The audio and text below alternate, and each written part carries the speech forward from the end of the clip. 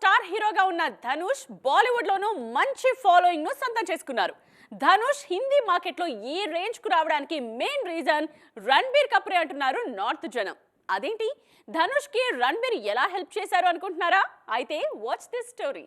South లో super form లో ఉన్న టైంలోనే రాంజానా సినిమాతో బాలీవుడ్ ఎంట్రీ ఇచ్చారు హీరో ధనుష్. ఆనంద్ ఎల్ రాయ్ దర్శకత్వంలో తెరకెక్కిన ఈ సినిమా సంచలన విజయం సాధించింది. దీంతో తొలి సినిమాతోనే బాలీవుడ్ లో సెటిల్ అయ్యారు ధనుష్. అయితే రాంజానా సినిమాకు హీరోగా ఫస్ట్ చాయిస్ ధనుష్ కాదట.